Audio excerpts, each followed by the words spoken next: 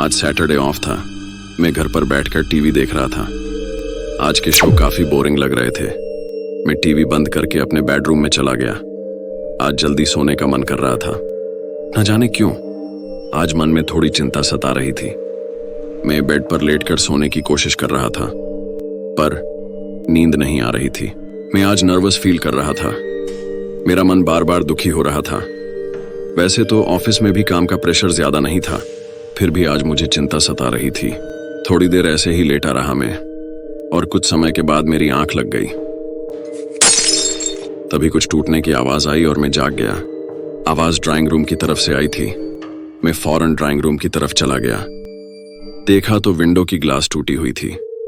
लगता था कोई जबरदस्ती घर में घुसने का प्रयास कर रहा था। तभी मैंने एक चोर को खिड़की से अंदर आने का प्रयास करते हुए देखा। मैं डर के मारे पीछे हट गया। उसने मुझे गन दिखाकर चुप रहने का इशारा किया। तभी मेरी वाइफ दौड़ते हुए आई और उसे एक पंच दे दिया। चोर नीचे गिर पड़ा। मेरी वाइफ! मैं डर के मारे भागने लगा। मैं सीढ़ियां उतरकर बाहर निकल आया।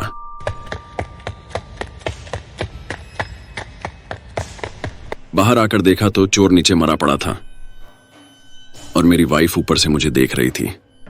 मेरी वाइफ को मरे 2 साल हुए थे। ऐसे ही एक चोर ने उसकी हत्या कर दी थी। तब से आज तक वह मेरे साथ ही है। मैं सुमित और यह मेरी कलीग रीटा है। हम दोनों ही पिछले कुछ दिनों से बहुत चिंतित हैं।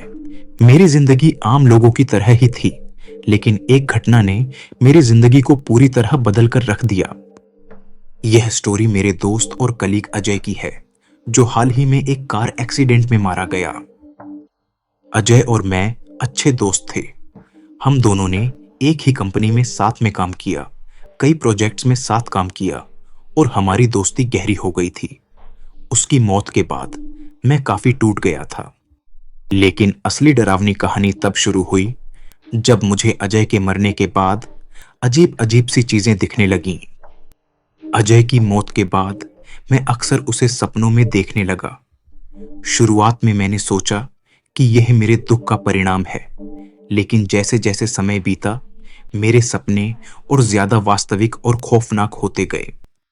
मुझे ऐसा महसूस होने लगा कि अजय मुझे कुछ बताना चाहता है। मैंने इस बारे में किसी से बात नहीं की, क्योंकि मुझे डर था कि लोग मुझे पागल समझेंगे। मैंने इसे सिर्फ एक सपना समझकर नजरअंदाज कर दिया और अपने बेड पर सो गया। दूसरे दिन जब मैं ऑफिस के पार्किंग लॉट में अपनी कार के पास जा रहा था, तब मैंने देखा कि 2 लोग मेरी कार के पास खड़े हैं। मुझे देखते ही वो वहां से निकल पड़े और अपनी कार स्टार्ट करके पार्किंग लॉट से बाहर निकल गए। मैं अपनी कार के पास आया। मैं भी कार स्टार्ट करके अपने घर की ओर निकल पड़ा।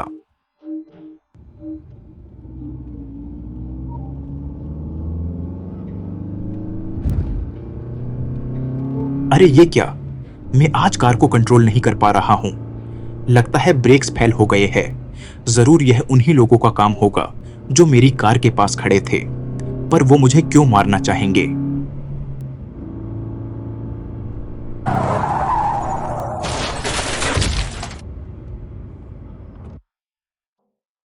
ओ गॉड, क्या मैं मर गया हूं?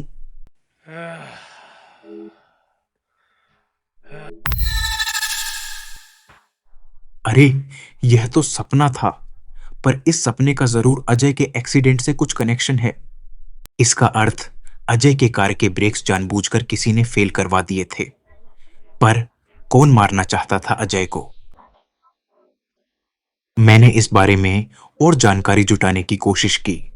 ऑफिस के सिक्योरिटी रूम में जाकर फुटेज चेक किया और पता चला कि अजय की कार के ब्रेक्स कुछ बदमाशों ने फेल करवा दिए थे। मैंने यह सब इंफॉर्मेशन सबूत के सहित पुलिस को दे दी। उन्होंने मेरी बात को सीरियसली लेते हुए दोषी को पकड़ने का वादा किया और अगले ही दिन पुलिस ने अपने ऑपरेशन में अजय की मृत्यु का कारण बने अपराधियों को दबोच लिया।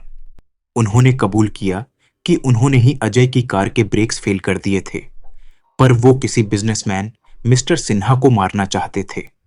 अजय और सिन्हा की कार सेम मॉडल की थी, तो उन्होंने गलती से अजय की कार को निशाना बना लिया था। मैं आशा करता हूं कि अब अजय की आत्मा को शांति मिलेगी।